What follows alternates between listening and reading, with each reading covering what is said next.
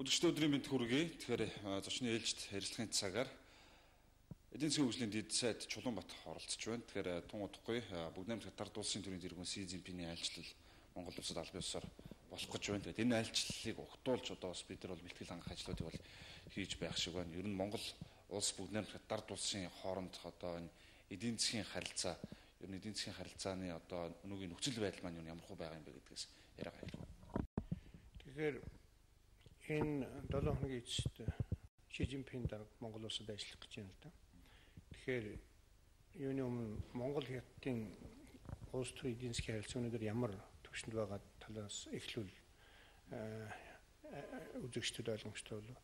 Хятад улс бол манай хамгийн том орш, хамгийн том урт хилээр одоо оршин тогтнодог юм улс байгаа.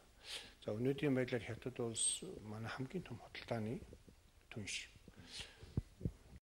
Сүүлийн 2 жилийн статистик дүн харахад л 6 гаруй миллиард долларын худалдаа Хятад улстай хийсэн байх. Тэгэхээр манай нийт худалдаа маань жилдээ нэг 9 гаруй миллиард доллар байдаг шүү дээ. Тэгэхээр тэрний бараг 60-70% нь ганцхан Хятад улстай хийж байна. Тэгэхээр энэ маань хэр том худалдааны түнш болсон, хэр одоо Монголд нөлөө үзүүлэхээс ийм том зах зээл болцсныг харуулж байна. Хоёрдугаарт 90 оноос хойш Монголд оруулсан нийт хөрөнгө оруулалтын тоог нь бодоод үзэхээр Хятад улс бас нэгдүгüрт байна.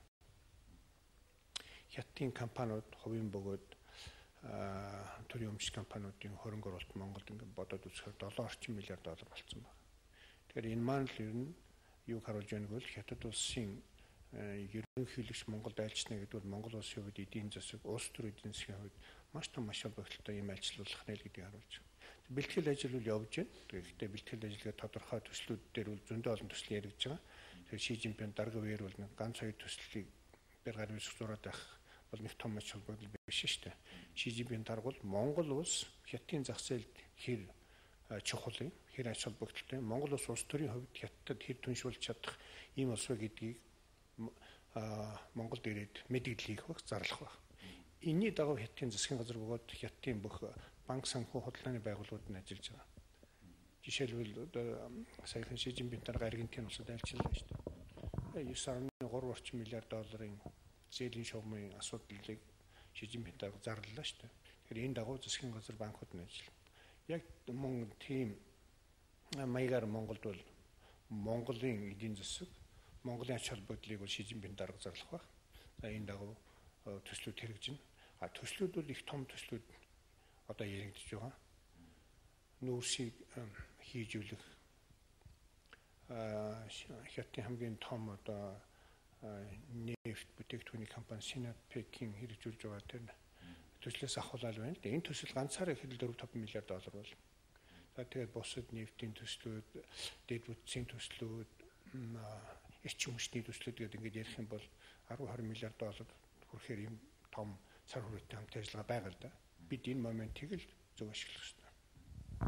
Сүүлийн хэвлэлээр гарч байгаа мэдээллүүдээс үзэхэд ер нь манад байгаа хүлээлт, гол хүлээлт нь транзит тээврийн асуудал болно гэдэг зүйлийг бол их онцолж байна л да. Тэгэхээр энэ транзит тээврийн одоо асуудлаар яг эцсийн тийм нааштай тийм үр дүн гарах болов гэдэг гадаад харилцааны сайд болдвол эргэлзэхгүй байна, итгэлтэй байна гэж хэлж байсан. Тэгэхээр яг эцсийн байдлын дүнлэлтүүд гарна гэдэгт эдийн засгийн хөгжлийн дэд сайдын хувьд та юу гэж үзэж байна?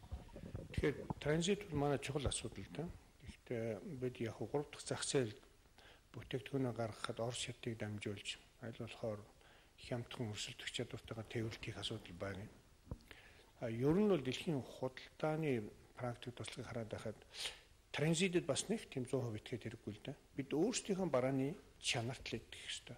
Өөрсдөө итгэх ёстой. Бид Монголын барааг хамгийн өрсөлдөх хямд үнээр сайн чанартай хийгээл хил дээр хүрэгдсэн байхад гадаадын хэн ч гэсэн манай хил дээрээс ирээл авах ёстой. Би зөв жишээ хэлье л да. Жишээ нь Монгол банк алтыг бол заавал транзит хөөцөлдөд байдаггүй шүү дээ. Та нар дуртай хүн ирээд ав гэхээр зэрэг Монгол банкны жишээ нь складнаас нь ирээл авдаг. Тэрнтэй адилхан Монгол бараагаа сайн чанарын барааг үйлдвэрлэж чадах юм бол Монголын хэл эсвэл Монголын уурхааны аман дээр нэрэл авах хэрэгтэй. Эсвэл Монголын үйлдвэрийн үүдэн дээр нэрэл авах хэрэгтэй. Японууд бол машина бас тэгэл Америкийн хэл Европын портонд хүргээд өгдөг шүү дээ. Йокохама портон дээр нэрэл ав гэдэг. Бид ийм л бодлого баримтлал бидний цаашдын жишээний эдийн засгийн хөгжилд илүү сайн байх юм болов уу гэж бодож байна. Нөгөө талаараа улс төрийн хувьд энэ айлчлал маань хэр зэрэг ач холбогдолтой ийм айлчлал болох вэ гэдэг дээр та юу гэж бодож байна? Зүгээр одоо өнөөдөр олон улс судлаачид олон хүмүүсийн үзэж байгаагаар бол дэлхийн одоо бас ингээ хүчний харьцаа бол нэлээд ингэж өөрчлөгдөж ирж байгаа дүр зураг харагдаж байна. БРИКС гэдэг нэг том байгууллага гараад ирлээ. Удахгүй одоо Америкийн олон улсын валютын сан дэлхийн банк гэдэгтэй дэд зохиос одоо үйл ажиллагаа бас явуулж эхлэх гэж байна гэдэг ч юм уу. Иймэрхүү мэдээллүүд явж байгаа яг ийм агшинд бүгднэрийн Катард улс за цаашлаад одоо Оросын холбооны улсын ерөнхийлөгч нар Монгол улсд бол айлчлах гэж байгаа нь бас дэлхийн нийтийн анхаарлын төвд ороод байна шүү. Тэгэхээр улс төрийн одоо энэ том бодлогын хувьд ер нь та энэ асуудлыг юу гэж үзэж байна те? Тэгэхээр улс төрийн хувьд бол нэг тийм том дэлхийн одоо глобал бодлогонд Монголд их оролцоод байх нь юу юм? Гэхдээ хоёр хөвшийн хувьд бол Монгол улс их чухал ийм орн байгаа шүү дээ. Бид энийг л их зөв ашиглах ёстой. Энэ дээр зөв тоглолт хийх ёстой гэж бодож. Орос хят хоёр бол хоёулаа дэлхийн хамгийн том супер гүрнүүдийн нэг. Одоо дэлхийд 3 том гүрэн байна гэвэл хоёр нь манай хоёр хөршөө шүү дээ. Тэгэхээр бид энэ хоёртойгоо хамгийн зөв улс төр эдийн засгийн харилцаа тогтоож чадах юм бол бид өөрсдийгөө ч айгүй сайнаар дэлхийд даяар үзүүлж чадна. Манай ард түмч хэлсэн хамгийн одоо өндөр орлоготой өндөр амьдралын түвшинд хүрч чадах юм боломжтой л бид энийг л ашиглах хэрэгтэй юм болов уу гэж бодож байна. Нөгөө талдаа Монгол улс бол өөрөө бас эрчим хүчний нөөцийн потенциалын хувьд бол нэлээд өндөр одоо потенциалтай. Эхний дэлхийн одоо улс орнуудын хувьд бол эхний 10-т нүүрсээрээ ураанаараа ингээд орж байна. Гэтэл өөрсдийн хэрэглээ бол өчүүхэн бага байдаг. Тэгэхээр өөрсдийн хэрэглээгээ 100% хангаад цаашлаад бүгдний Катард улсад урд хөрштэй ялангуяа урд хөршил эрчим хүчний асар их дутагдaltaй улс байдгийн хувьд бас бид нэр цаашдын бодлого эрчим хүч экспортлох валютын орлогоо нэмэгдүүлэх бас юм боломж байна гэж үздэг. Тэгэхээр энэ төвшний яриа хэлцээрүүд юу хэр зэрэг хийгдэх бол ер нь энэ хэр зэрэг холын одоо юу гэдгийг төсөөлөл байж болох вэ? Тэгэхээр энэ салбар бол манай хамгийн ирээдүйтэй салбарын нэг л дээ. Монгол улс бол үнэхээр энэ эрчим хүчний их усүрээр бол дэлхийн хамгийн баян орнууд байна. Нүүрс маш их байна, уран маш их байна, нар салхины эрчим хүч их байна, сэргэгдэх эрчим хүчний их усүр их байна. Гэвч бид нар одоо сүүлийн 5-6 жилийн гэ түүхээ харахаар зэрэг бид чинь өөрсдийгөө хорлоод байна шүү дээ. Жишээ нь энэ уул уурхай дээр ашигт малтмал дээр бид нэр сүүлийн 5-6 жил ямар бодлого баримтлав. Жишээ нь хитрхи их орны хайрласнасаа болоод бүх монголчуудын орлогыг буруулчихж шүү дээ. Тэгэхээр энэ маань бидэнд аягүй сайн сургамж боллоо. Тэгэхээр цаашдын манай улс төрчид цаашдын улс төрийн хүчнүүд ялангуяа бас иргэний хөдөлгөөнүүд энийг бол аягүй сайн сургамж болгож авах хэрэгтэй. Бид эхлээд бүх монголчуудаа орлоготой, ажилтай, өндөр амьдралын түвшинтэй болгосон байх хэрэгтэй.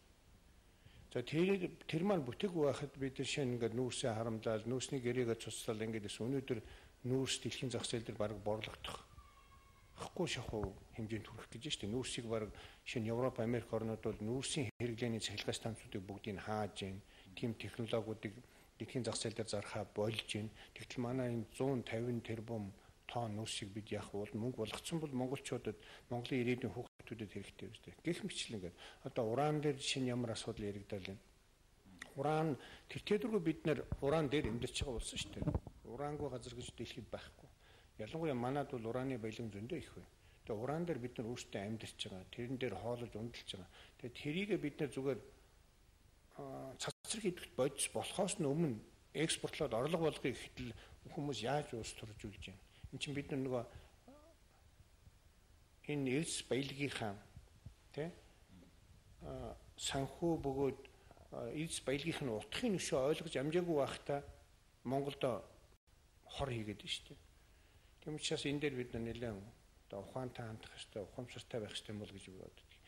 Ер нь бол Монгол улсын энэ эрчим хүчний одоо потенциал гэж яддаг шүү дээ. Энэ бол жишээ нь Монгол улсад биш хятад Оросд нөлөөж болохоор ийм том потенциалтай болсон шүү дээ. Энэ ч утгаар дэлхийн том компаниуд Монгол руу бол яг эрчим хүчний том их усүрийн нэг нийлүүлэгч гэж хараад байгаа. Тэгээ бид бас энэ боломжийг алдаад. Тэгэхээр одоо Ши Жинпин дарга ирэх гэж байна. Путин ерөнхийлөгч удахгүй юм. Энэ хоёрын энэ том айлчлалыг бас бид нэр энэ эрчим хүчний салбар руугаа ашиглах энэ дээр их зөв тоглолт хийх ийм л хэрэгтэй байна л да. Тавд хоёр эдийн засгийн талаас нь улс төрийн талаас нь ер нь зүгээр Монгол улсад энэ айлчлалууд ямар ач холбогдолтой байж болох вэ гэдэг өнцгөөс ярьлаа л да. Мэдээж хэрэг харилцаа хамтын ажиллагаа гэдэг бол аль аль талд ашигтай байх ёстой гэдэг үүднээс за тухайлбал одоо Бүгд найрамдах дард улсын дарга энэ удаагийн айлчлал Бүгд найрамдах дард улсын хувьд ер нь эдийн засгийн хувьд улс төрийн хувьд ямар ач холбогдолтой байж болно гэж та үзэж байна. Тэгэхээр за худлаа эдийн засгийн хувьд бол Монгол улс маш өчүүхэн түнж байгаа шүү дээ. Бид жишээ нь 20 гаруй сая тонн нүүрс хятад руу 2-3 жилийн өмнө ачиж илээсэн. За энэ жил ихэл бараг 2 миллиард гаруй долларын жинсийн концентрат хятад руу ачина. Өнгөрсөн жил жишээ нь бараг 700 гаруй мянган тонн нефт хятад руу ачлаа. Гэлээч бид хятадын гадаад худалдааны 0.1% хүрэхгүй шахуу ийм нийлүүлэгч байна. Тэгэхээр Монгол улс бол эдийн засгийн хувьд хятад зэрэгцэж очиход тийм түнш болж амжаагүй. Хятад улс маань өнөөдөр бараг 4 миллиард доллар 4 их 80-д 4,000 миллиард долларын худалдааг дэлхийд даяар хийж штэ. Шинэ Америктэй ихэд л бараг 1 тэрлион долларын худалдаа хийж байгаа жишээ. Тийм болохоор бид бас энэ өөрийнхөө байр суурийг эхлээд сайн бэхжүүлэх хэрэгтэй байна. Хятадын зах зээл дээр бэхжиж чадсан дэлхийн компаниуд, улс орнууд ирээдүйдээ маш орлоготой сайн ажиллана гэсэн ийм прогноз яваад байна шүү дээ. Тийм учраас шинэ Америк, Европын компаниуд хятадын зах зээл рүү хичнээн их тэмцэж байна. Бид чинь тэгчин хятадуудыг юм авъя гэхэд нь хорих гэж оролдоод байна шүү дээ. Тэгэхээр бид нэр энэ дэлхийн бодлоготой бас нэг л санаа бодол маань нийлэхгүй байгаа үст. Тэгэхээр энэ дээр бид дахиад сайн бодох хэрэгтэй юм шиг. Хятад улсын хувьд Монгол улс төрийн хувьд аюул чухал түнш. Хамгийн урт том хэлээр хятад улстай хэлж амьдарч байна. Хөрш орон. За хятад улсад бас Монгол үндэстнүүд байдаг.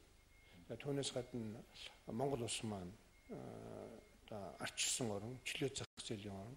Энэ утгаараа бол хятад улсад бол Монголтой эвтэй, найрамдалтай, өндөр эдийн засгийн худалдааны харьцаатай байх нь бас өөрийн энэ одоо ингийн тайвны бодлого гэх юм уу хамтын ажиллагаа нөхрөлийн бодлогот нь одоо жишээ болохоор ийм орн болж чадхаар байна. Тэгэхээр энэ үүднээсээ бол Монгол хятадын харилцаанд хятадын удирдлага ялангуяа Ши Жинпин дарга бол өндөр аш холбогдолч юм л да.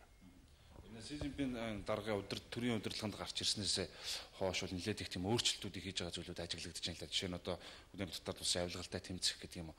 Тэгээд энэ хятадын дотоодын төрийн бодлогын өөрчлөлт энэ юмнууд нь ер нь бас эдийн засгтаа хэрхэн яаж бас нөлөөлж болох вэ? Эрнийг бид нэр аль өнцгөөс харж хүлээж авах хэрэгтэй юм бол тийм. Тэгэхээр бид энэ хятадын дотоод зах зээлийн байдал эдийн засаг нь ямар шиг байна?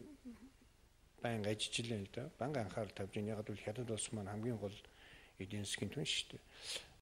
Ши Жинпин даргын явуулж байгаа бодлого бол улс төрийн хувьд бол маш том ач холбогдолтой гэж би ойлгож байна. За эдийн засгийн хувьд бол нэг өөрчлөлт алга. Яг л хятад улсын эдийн засаг сүүлийн 20 жил 10-аас дээш өсөлттэй байснаа сүүлийн жилүүдэд сүүлийн 6-7 жилд бол аажмаар 7-8% дээр аваад ирж штэ. Энэ маань юуг харуулж байгааг бол хятадын ерөнхийдөө нийт дэд бүтцийн хэрэглээ, дэд бүтцүүл нэлээд одоо тогтворж эхэлж байна гэсэн. Америк, Европч гэлээ гэсэн бас ийм хурдтай хөгжиж байсан. Дэд бүтцээ бүгдийг бариад одоо хэрэгжүүлээд дуусахын шатах юм аа. Хятад бол арай дуусах болоогүй л да. Гэхдээ ер нь ингээд тогтворж яваад эхэлж байна. Яг бол дахин хоёр дахь түүхийд ашиглах ийм үйл ажиллагаа хятад яваад эхэлжлээ шүү дээ. Одоо жишээ нь хятад жилдээ 20 гаруй сая машин үйлдвэрлэж байна. Тэгтэл жилдээ ахаал 1-2 сая машин ахаал төмрийн хагуулаад түрээд ирж шүү дээ. Тэгэхээр энэ чинь гаднаас авах түүхийд нь багаснаа та. Америк бол өнөөдөр бас яг тийм амьдралд орчлоо шүү дээ. Гаднаас түүхийд авахгүйгээр өөрсдийнхөө бүх хог хаягдлыг дахин боловсруулад үйлдвэрлэж явдаг ийм амьдрал шилжчихлээ. Хятад бол ирээдүйн шангууч 50 жил бас тийм болно шүү дээ. Тэгэхээр тэрнээс өмнө Монгол улс хятад сайн байр суурьтай бэхжүүлэх ёстой. Тэнд бас сайн орлого хийсэн байх ёстой шүү дээ. Жишээ нь Швейцар улс Европод ямар сайн орлого хийгээд амжиж байна. Тийм үү сүүлийн 50-100 жилд. Жишээ нь Хонконг, Сингапур, мөн Аз, Европ, Аз, Америкийн хооронд сүүлийн 20-30 жил яаж мөнгө хийгээд амжиж байна. Энэ шиг бид Орос, Хятад хоёрын хооронд нэлээд том одоо мөнгө хийж болох, нэлээд том орлого хийж болох юм боломж байна л дээ. Энийг л бид алдаж болохгүй гэж бодож байна. Өнгөрдөг 2013 оны төгсгөлөөр Хятадын одоо нээлттэй бодлогын гүнзгийрэлт, шинтгэлийн гүнзгийрэлт гэдэг энэ гарч байгаа өөрчлөлтүүдийг хурш орнуудад зарлах юм эрдэм шинжилгээний баг хурал манай улсад болсон. Энэ уулзалт нэр таавал бас байсан шүү дээ. Тэгээ тэр үеэр юу ярьж ирсэн нэг зүйл санаанд их тод үлдсэн л дээ. Тэр нь одоо Монголын аж ахуйн нэгжүүд бүгд нь Хятад улсын одоо зах зээл дээр гарч ирээд ингээ ажиллах энэ боломж болцоо урд өмнөхөөс илүү ингэж нээгдэж шүү гэдэг юм сигнал бол явж ирсэн. Тэгээд энэ өөрөө бол нэлээд тийм чухал юм дохио байх. Энэний дагуу ер нь манад хаас одоо бүгд нь Хятад улсын зах зээл дээр гарч өрсөлдөж болох ямар салбар байж болох вэ? Ер нь манайхан энэ чиглэл рүү ер нь хэр зэрэг манай хувийн хвшлийн бизнесүүд маань ажиллаж байгаа юм болоо. Тэгэхээр эхлээд Монгол улс маань энэ бусад зах зээл дээр гарахын тулд өөрөө сайн үйлдвэрлэлтэй, технологитой, санхүүгийн хүчин чадалтай болсон байх ёстой шүү дээ. Энэ утгаараа өнөөдөр Монголын компаниуд бол дэлхийн зах дээр гарахад арай л голөгдоод байна. Гарч чадах балчирдаад байна. За бид анхны хоримтлаад өнгөч хийж ядаж ятал сая бид нар өөрсдөө дэгээд буцаагаад ухраачлаа шүү дээ. Жишээ нь өнөөдөр Монгол зөндөө их баялагтай байна. Энийгээ бид нэмэн үртэг нэмээд өрсөлдөх чадвартай сайн бүтээгдэхүүн болгоё гэхэд бид нар технологи хэрэгтэй, санхүү хэрэгтэй шүү дээ. Тэгэхээр энэ маань байхгүй байдаг. За анханаас нь бид нар оролдох хийж илэн л да. Жишээ нь сая өнгөрсөн сард Японы улстай байгуулсан эдийн засгийн түншлэлийн гэрээ гэдэг бол Монголд хөрөнгө оруулалт орно, Монгол технологи ирнэ л гэсэн. Японы технологи, Японы мөнгө тэгээ Монголын баялагтай нийлээд Японы менежмент, Монголын одоо хөдөлмөрчдийн энэ хамт олсон зүтгэлээр бол бид дэлхийн аль зах дээр гарч болно шүү дээ. Мөн Хятад улстай яг адилхан. Хятадын зах зээл дээр бид нар гарахын тулд эхлээд бас хоримтлалтай өөрийн гэсэн юмтай байх хэрэгтэй. Тэгжиж гарах хэрэгтэй шүү дээ. Хятадын зах дээр нэг хэрэг бид нар бэхжээд авчих юм бол 100 жилээр тэнд сайн орлоготой байна гэсэн үг шүү дээ. Тэгэхээр бид энэ боломжийг бас ахаад л алдахгүй байхын төлөө л ажиллах хэрэгтэй.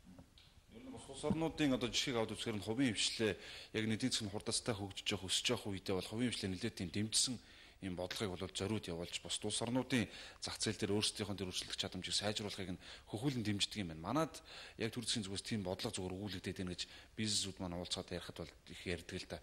Дэмжин битгээл ингээд татаж чангаагаа доош нь унгаагаад байна гэж ингэж яриад байдаг. Энэ тал дээр та юу хэлэх вэ? Жишээлбэл одоо яг ямар бодлого явуулах хэрэгтэй юм? Тэгэхээр одоо сүүлийн үед ер нь хувьчлыг идэвхжүүлээ гэсэн яриа гарч ирлээ шүү дээ. За ер нь бид ингээд дэлхийн энэ өндөр хөгжсөн орнуудын жишээг аваад үзье. Төрийн өмчийн компаниуд баг байхгүй байгаа. Төрийн өмчтэй энэ компаниуд чинь бас 100 200 жил явж үзсэн шүү дээ. Төрийн өмч байгаа цагт маш том авилгал хязгаарч байж байгаа. Төрийн өмч рүү зав засгаас томилолт очино. Завсгаас томилогдсон ахаад засгийн дарга нарынхаа төлөө тэндээ бизнес хийж өгдөг. Манай ч гэсэн ийм байдал илт байгаа үстэй. Манай төрийн өмчийн компаниуд дотор сайн ажиллаж байгаа компани байхгүй шүү дээ. Дандаа л бөөн дарга нарын шахаасууд эсвэл бөөн дарга нарын хамаатан садан тэнд ажилд ордог. Тэгэхээр бид энийг яг энэ зах зээлийн зарчмын дагуу одоо хувьчлалыг хийх хэрэгтэй байна. Гэхдээ хувьчлахтай ингээд бас ахаад нэг дорж дондох төгсчих юм биш л дээ. Олон нийтийн компани болох хэрэгтэй байхгүй. Олон нийтийн гэдэг нь одоо жишээ нь General Motors юм Америкийн Boeing компаниудыг бол хувийн компани юм шиг мөртлөө олон нийтийн компани шүү дээ. Одоо public company гэж байдаг. Америкчууд тэр чигээр өмчлөлцсөн. Гэхдээ 10-20% нэг сайн одоо мэрэгжлийн оператор гэх юм уу сайн хүн тэрийг одоо эзэмших ёстой сайн компани. Жишээ нь Boeing дээр бол одоо яг Boeing-ийн тэр хэдэн 100 жилийн түүхтэй яг тэр компани бол 10-20% эзэмшиж байгаа шүү дээ. Бусад 80-90% нь Америкчууд юм уу дэлхийн инвесторууд Хонконг, Лондон, Сингапур, Токио гэдэг энэ тэндгүү одоо арилж ялагж яадаг юм хавцад компани шүү дээ. Тэрэн шиг манайх жишээ нь 5 толгой энэ цахилгаан станц Мятига 20% 30% нэг оператор төгөөд их сайн ажиллаулдаг. Санхүүгийн сайн менежмент хийдэг. Өөр одоо мэрэгжил техникээ сайн мэддэг. Ийм оператор төгөөд 70-80% нь монголчууд бүгдээрээ зах дээр хөвжилсэн байх шүү дээ. Уул нь яг энэ хэлбэрээр 91 онд хийх гэж оролцсон тэр үед ногоон биш ягаан тасалбар гэдэг. За тэр үед бол монголчуудын зах зээлийн мэдлэг бага байсан учраас маш хямдхан үнээр ганц хоёр компаниуд тэрийн төвлөрлөө цуглуулад авсан л да. Яг хөө тэр үеийн одоо хууль зохицуултын дагуу хийх учраас бид нар тэрэн дээр ахиж өнөөдөр гомдол тавьж яриад байх одоо шаардлага байхгүй тийм монголчуудын өөрсдийн хийсэн сонголт өөрсдийн гаргасан шийдвэр. За өнөөдрийн том компаниудыг бид нэр хөвчлөх юм бол одоо яг энэ өндөр хөгжсөн орнуудын Европ, Америкийн жишээг л хийх хэрэгтэй юм л да. Олон нийтийн болгоё. Гэхдээ операторын мэрэгжлийн сайн компаниуд үгүй. Тэрэнд нь засгийн газар хүн томилдоггүй. Харин засгийн газар тэр компаниудыг аюул сайн шалгаж сайн татврын төлөвлөж явах хэрэгтэй. Тэнд сайн аюулгүй байдал, хөдөлмөрийн аюулгүй байдал, за нийгмийн байдалд нь шаардлага тавьдаг байх шүү дээ. Тэгээ ажлын байранд байнга одоо бууруулахгүй нэмэгдүүлж яадаг, ажилтны цалингийн нэмэгдүүлж яадаг, халамжийн одоо өндөр хэмжээнд байлгаж яадаг. Энэ дээр л одоо бусад орнууд анхаарлаа төвлөрүүлж штэ. Манай засгийн газар маань өнөөдөр өөрсдөө бизнес хийх гэж оролдоод байна. Өөрсдөө гаднаас яв зээл оцорж өөрсдөө бизнес хийх гэж, өөрсдөө менежмент хийх гэж, өөрсдөө хүмүүс томилоод тэгээд тэр томилгоон дараа дандаа авилгал болж хувраад штэ. Тэгэхээр яг таны ярьж байгаа энэ чиглэлийн хууль хэрэгцсэн одоо өөрчлөлт юмнуудыг зөвхөн парламент дээр хэлцэж байгаа хуулиудыг харахад төдийлөн анзаардахгүй байх юм. Яг ийм хуулиуд төслүүд явж байгаа юм юу байгаа юм? Одоо явж байгаа л да. Жишээ нь тэр Мяд компани хувьчлах хэрэгтэй юмгээ сая яригдэн энэ бол яг үнэтэй холбогдолтой асуудал да. Жишээ нь Мяд компани дээр ихэд дэлхийд байхгүй өндөр үнээр бид нар онгоц авчиж штеп. Яг л төрийн өмчийн компани болохоор зэрэг ямар үнэлэх нь хамаагүй. Тэгээд засгаас жишээ нь бараг 100 сая доллараар онгоц авч байна. Тэгэхээр тийм онгоц өнөөдөр дэлхийн зах зээл дээр 50-60 сая доллараас илүү гарахгүй байна. За өнөөдөр 3-4 онгоцтой биш 5-600 одоо орон тоотой ажиллаж штеп. Тэгэхээр 50-60 орон тоотой бас 3-4 онгоцтой компани хажууд нь ашигтай ажиллаад болоод байхад 5-600 хүнтэй ажиллана гэдэг чинь бөөн шахасан хүмүүс байгаа шүү дээ. Гэх мэтлэн төрийн өмчийн компани бүгдээрээ ашиггүй байна. За ер нь би өөрөө ингээд баг 20 жил энэ төрийн өмч, эдийн засаг санхүү сонгуулийг ажиглаж штеп. Яг сонгуульд одоо ирэх барьж байгаа нам бол төрийн өмч маш ашигтай гэж ярьдаг. Яг л өөрсдөө төрийн өмчин дээр байгаа болох тийм. За сөрөг болонгуудаа төрийн өмчийг бушуухан хөвчлөх хэрэгтэй гэдэг. Яг бол нөгөө талд нь улс төрийн хүчин мөнгө хийгээд байгаа болохоос. Тэгэхээр манайх өнөөдөр бол ерөөсөө энэ бүх улс төрийн хүчнүүд нэгдээд энэ төрийн өмчүүдөө бүгдийг олон нийтийн болгоё. Тэгээд ганцхан Монголын ч биш. Хамаагүй нээлттэй дэлхийн зах зээл дээр гаргахад Монгол өнөөдөр бас монголчуудаа юугаа өгнө? Хувьцаагаа өгнө. Тэрэн дараа нь борлогдохдоо дэлхийн зах зээлээр л борлогддог. Зөвхөн ахаад 91 оны нэг буруу манай нэг хөх хяган тасалбар нь буцаад зөвхөн Монголын зах дээрээ зарагдсан шүү дээ. Одоо бол тэрийг манай хөрөнгийн бирж нь дэлхийн аль зах зээл дээр бас хувьцаагаа борлуулахаар ийм хэмжээнд ийм зохицуулалттай болоод эхэллээ. Тийм болохоор Монгол иргэн өөрийнхөө хувьцааг Нью-Йорк, Лондон, Токио, Хонконг зарж чаддаг ийм тогтолцоо бий болоод байна шүү дээ. Жишээ нь 20 жилийн өмнө тэр байгаагүй байлаа шүү дээ. Тэгээ энэ рүү бид бушуухан очих юм бол энэ төрийн өмчийн том авилгалаас бол салах боломжтой болно л доо. Хоёр дахь нэг том чухал юм нь төрийн зохицуулалт бол хэтэрхий чангараад, хэтэрхий ихсээд. Төрийн зохицуулалт гэдэг чинь нөгөө зөвшөөрөл, лиценз, тэгэл гарын үсэг зурх энэ дээр бол одоо хувийн секторыг төр бол маш ихээр дарамтлж штэ. Өнөөдөр ингээ хувийн салбартаа ингээ уулзахад гомдол гарахгүй нэг ч хувийн компани гарахгүй. Тэгэхээр бид нар гол нөгөө биднийг тижээж байгаа, үйлдвэрлэж байгаа, биднийг хоололж байгаа, бидний хувцалж байгаа хувийн салбараа гарын мушгаад байхад зэрэг гудамжинд орлого багасчил таараа амьдрал бол сайжрахгүй шүү дээ. Төр бол зөвхөн зохицуулагч байх шүү дээ. Хамгийн сайн зохицуулна, хамгийн сайн татвараа хураадаг, хамгийн сайн татварын тогтолцоог бий болгодог ийм л байгууллага шүү дээ. Одоо өнөөдөр зах зээл өндөр хөгжсөн Америк, Европын орнуудыг хараад байхад төр бол хамгийн сайн зохицуулагч л байна. Энэ дээр манай төр жаахан овчууд хөлтэй ажиллаад байгаа юм л гэсэн бодлоо. Тэр бүгд татвар улсын одоо энэ төрийн айлчлалын сэдвээр яриагаа эхлүүлж ирсэн. Үндсэн сэдв рүүгээ эргээд орё гэж бодож байна. Яриа хаалаад бас нэлээд дотоод асуудал руугаа явчлаа тийм ээ.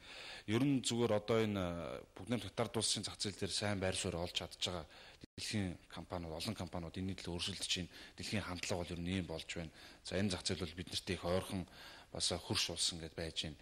Энэ боломжийг бид нар ашиглах хэрэгтэй гэсэн зүйлүүдийг та бүхэн ярьлаа.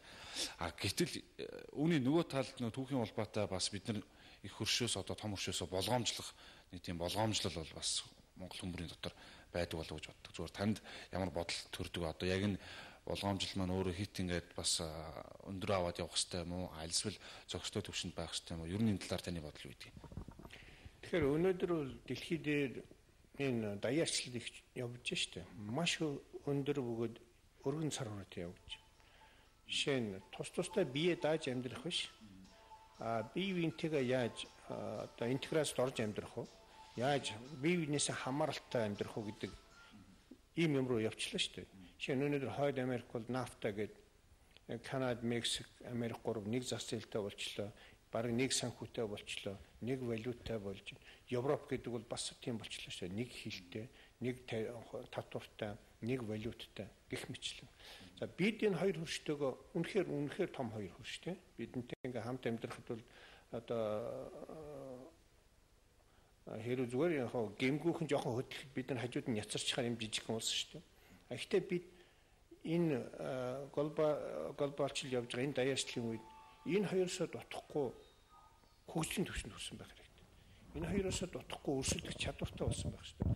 Би энийг би заавал энэ цэргийн хүчин чадал одоо санхүүгийн хүчин чадлаар энэ хоёртой зэрэгцэн гэсэн явдал байхгүй шүү дээ. Монгол улс хийж чадахгүй. Гэхдээ нэг хүнд ногдох орлого, нэг хүний боловсрол чадвар, өрсөлдөх чадвараар бол бид энийг хийж болох байхгүй юу? Монголын энэ баялаг дээр бид нэг хүнд ногдох орлогоо жишээ нь өнөөдөр бид 4,000 байгаа тийм. Өнөөдөр 10-20 мянган доллар болгочихвол бид Орос хят хоёроос одоо амьдралын хувьд урд нь гараад явчих шүү дээ.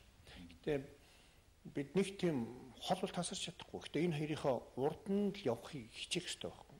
Өнөөдөр бол жишээлбэл Швейцар улс Европод ягаад бие даасан ийм сайн бодлого явуулж чадж байгааг Швейцар улс, Герман, Франц, Итали гэх том 3 гүрний дүнд амьдардаг шүү дээ. Гэхдээ маш сайн бодлого явуулдаг. Гурвантай нефттэй, сайн улс төрийн харьцаатай, гурвантай маш сайн хөдөлთა хөрөнгө оруулалтын харьцаатай байдаг. Энэ утгаараа тэр гурваас амьдралын хувьд хамаагүй илүү Швейцартууд амьдрах чадвар сайтай, өрсөлдөх чадвар сайтай, баян чинэлэг ийм ард түмэн болчихж шүү дээ. Бид яг л ийм замаар явах хэрэгтэй юм болов уу гэж боддог. Одоо сүүлийн үеийн зүгээр нэг хандлагуудыг аваад үзэхлээр Бүднэм Татар улстай ингээд харилцаа ингээд нэлээ үнцгий явах тусам дотроо бол бас нэлээд манай асуудлууд бол үүсдэг шүү дээ. За иргэний хөдөлгөөнүүд юу гэдгийг одоо бас улс төрийн зарим одоо асуудлууд үүсдэг. Тэгэхээр эндээс бид нар энэ глобалчлал ингээд дэлхийд даяар явагдаж байгаа, дэлхийн улам даяарчлагдж байгаа учраас ингээд явхлаар хит нэг үндэсний гэдэг шин чанар маань байхгүй болох вэ гэсэн нэг тийм л болгоомжлол байгаад байдаг. Тэгэхээр энэ өөрөө тийм одоо байх ёстой болгоомжлол ер нь эсвэл одоо ордос хэрэггүй бид нар өөрөөсөө тэгээд жумгаагаад байгаа юм зүйл юм болов уу гэж асуугаад байна л да. Тэгэхээр даяарчлалыг би түрүү хэллээ шүү дээ. Бид бүгдээрээ ер нь нэг зорилготой явж байгаа байхгүй дэлхийн бүх ард түмэн. Бүгдээрээ сайхан амьдрий. Бүгдээрээ одоо сайхан соёлтой бай. Бүгдээрээ боловсролтой болъё. Жишээлбэл өнөөдөр хөл бөмбөг гэхэд шүү дээ. Анх бол жишээ нь Англи ч юм уу Бразилийн л гол сонирхолтой спорт байсан бол өнөөдөр дэлхийн спорт болж хувирч шүү дээ. Тэрнтэй адилхан теннис гэдэг спорт бас дэлхийн спорт болж хувирч байна. Яг тэрнтэй адилхан хувцсанаар одоо костюм эрэхтэй эн чинь 100 жилийн өмнө бол үндэстнүүд ийм юм өмсдөг байлаа. Ганцхан англичууд өмсдөгөөс өнөөдөр бол энэ дэлхийн норм болчлоо. Цаг жишээ нь 200-300 жилийн өмнө Европт ганц 2 хүн зүүдэг байсан бол өнөөдөр дэлхийн бас амьдралын хүний өдөр тутмын хэрэглэлийн нэг стандарт өстой телевизэр, интернет. Тэгэхээр бид бүгдээрээ л нэг зорилгод явж байгаа байхгүй. Тэгэхээр энэ хүмүүсийн зорилгоос бид нар хамгийн түрүүнд л урд нь хамгийн сайн чанартай амьдрал төрье гэдэг л зорилго тавихаас энэс бол бид нар нэг өөр замаар бол яваад иж болж чадахгүй бол. Жишээ нь хүмүүс хөл бөмбөг тоглож байхад бид нэр өөр модон бөмбөг тоглоно гэж хэн ч сонирхгүй шүү дээ. Монгол сонирхолтой орн биш бол Монгол хүн сонирхолгүй бол. Энэ утгаараа бид бол нэг болгоомжлоод байх юм байхгүй. Хамгийн болгоомжлох юм юу гэвэл бид нэр хөгжлөөс хоцорчихгүй гэхээс л болгоомжлох хэрэгтэй. Бид энэ орлогоос хоцорчихгүй гэхээс л болгоомжлох хэрэгтэй. Өнөөдөр хамгийн сайн одоо эрүүл өрсөлдөх чадвартай боловсролтой үндэстнүүд нь хаа вэ? Жишээ нь энэ том гүрнүүдийн жижиг хөршүүд хамгийн өндөр орлоготой өрсөлдөх чадвартай болчиход байна шүү дээ. Бид энэний сургамж авах хэрэгтэй. Энэ дээр бид суралцах хэрэгтэй байна. Швейцарыг хар, Сингапурыг хар, Хонконгийг хар.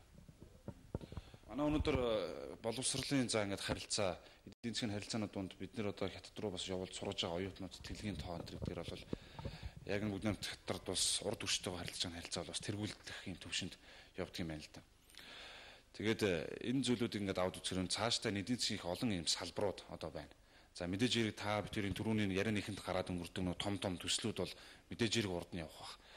Тэгэхээр араас нь ингээд дагаад явж байгаа энэ боловсрол одоо эрүүл мэнд гэдэг энэ одоо энэ салбарууд дээр бид нэр яаж хамтарч ажиллаж бас тийм амжилтанд хүрч болох вэ? Ямар боломж болцоонууд хамгийн ойрын ирээдүйд харагдаж байна гэж та үздэг. Тэгэхээр хятад улстай бид нэр аль болох ойр дотн ажиллах хэрэгтэй. Аль болохоор тэнцээс боломжийн бүх одоо ашиг орлого авчих ёстой гэж би ойлгоод. Монгол оюутнууд тэнд бол олноор сурч илээвэл Монголд хэрэгтэй. Бид жишээ нь 20 30 жилийн зөвлөлт холбоот улсад олон мянгаараа сурч ирсэн шүү дээ. Тэглээгээд өнөөдөр Монгол улс Орос болчихоогүй. Би жишээ нь өөрөө их л бас зөвлөлт холбоот улсын дээд сургуулийн оюутан байсан. Орос хэл бол одоо хамгийн гол хэл байлээ шүү дээ. Тэглээгээд бид монгол хэлээ мартахгүй. Тэглээгээд бид монгол соёлоо хайчихгүй. Тийм үү? Бид Монголдо ирээд амьдрна. Монголдо л байна. За хятад улсад өнөөдөр манай оюутан зөндөө очиж байгаа. Энэ бол аюул сайн хэрэг. Яг бол хятад улс өнөөдөр зүгээр дэлхийн хамгийн нэг олон хүнтэй улс биш байхгүй юу? Хятад улс өнөөдөр шинжлэх ухааны дэлхийн хамгийн тэргүүлэх орны нэг болчихлоо шүү дээ. Өнөөдөр сансар орчмыг одоо эзэмшиж яана гэдэг бол хамгийн нарийн технологиг эзэмшиж байгааг л харуулж байгаа. Өнөөдөр дэлхийд байхгүй хурдтай онгоцыг хятадын эрдэмтэд хийлээгээд интернетээр гарчлаа. Өнөөдөр тоорын цахилгаан станцыг хятадууд туршаад маш амжилттай болж байна. Тэгтэл энэ чи өнөөдөр Европ, Оросууд хийгээгүй л байгаа шүү дээ. Өнөөдөр зөвхөн Америк туршаал явж байна. Гэх мэтлэн шинжлэх ухаан бол хятад маш өндөр хөгжиж байна. Тэр манай хүүхдүүд шинжлэх ухаанаас соцрохгүй байх хэрэгтэй шүү дээ. Манай хүүхдүүд жишээ нь өндөр хөгжсөн Америк, Европ, Оросод шинжлэх ухаан сурж илээ. Энэ бол маш сайн хэрэг.